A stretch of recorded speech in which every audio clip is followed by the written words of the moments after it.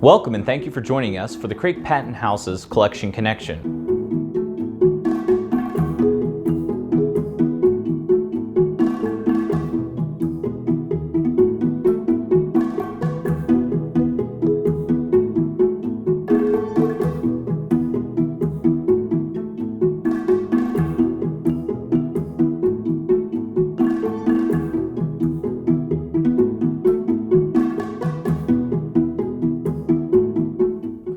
The Craik-Patton House was built in 1834, and many of our rooms depict the period between 1834 and 1844 when the Reverend James Craik had lived here.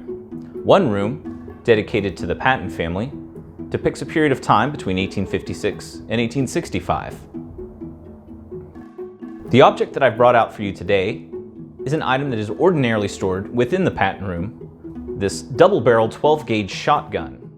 What's unique about this gun is that it would have used black powder as a propellant and percussion caps as its ignition.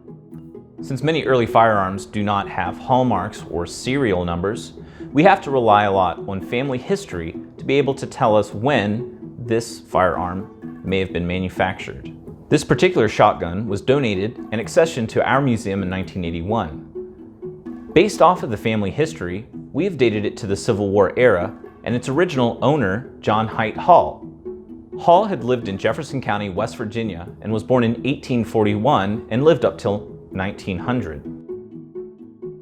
Looking into Hall's family history, we see that he had a great-great-great-grandfather by the name of Jost Height. Height had emigrated from Germany to the United States and settled in Pennsylvania, then made his move to the Shenandoah Valley in Virginia around 1732.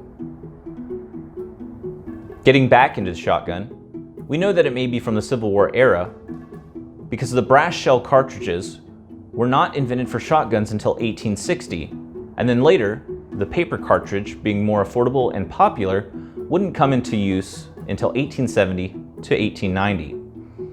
At the time in which this double-barrel shotgun would have been produced, there were gunsmiths working throughout West Virginia's Eastern Panhandle, then part of Virginia.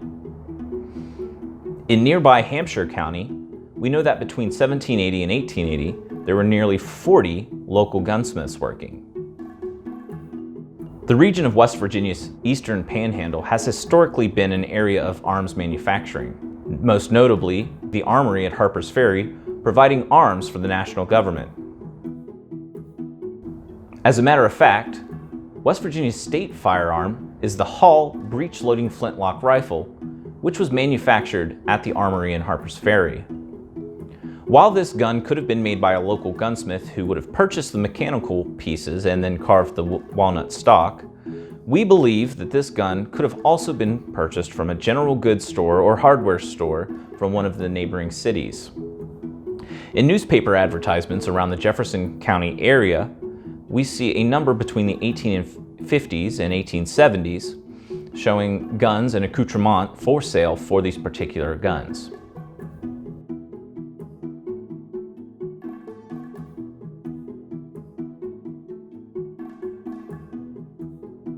While we use the term Civil War generically in giving this an appropriate age range, firearms such as this rarely ever saw the battlefield.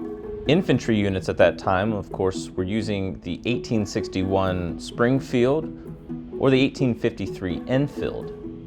There are stories of bushwhackers or guerrilla units using shotguns, but during service, you'd probably only find a shotgun being used on board a ship by sailors. One particular story of a sailor, the brother-in-law of George S. Patton, Lieutenant Glassell of the Confederate Navy, ended up firing a shotgun from his semi-submersible cigar boat, the CSS David. While approaching the Union ironclad steamship, the Ironsides, Glassell aimed his shotgun at one of the officers on deck who had spotted him and fired.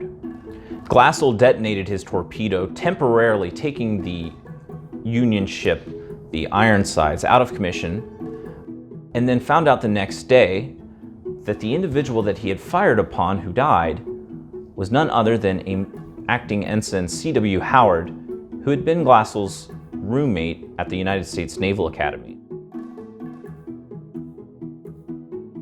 Climbing further into Patton's family tree, tracing his mother's line, we can see that Joss Tite, the ancestor I mentioned earlier, was also George's great-great-great-grandfather, making him a fourth cousin to the gun's original owner, John Hall. For me, this makes the object's location within our Patton room all the more fitting.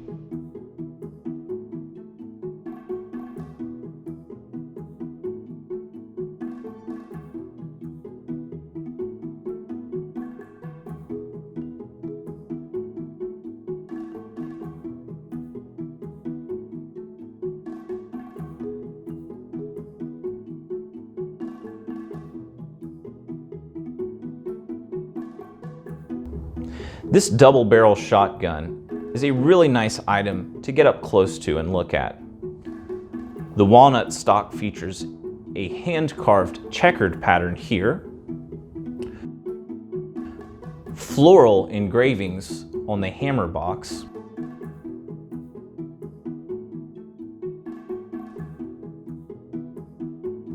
as well as decorative embellishments on the trigger guard and butt plate.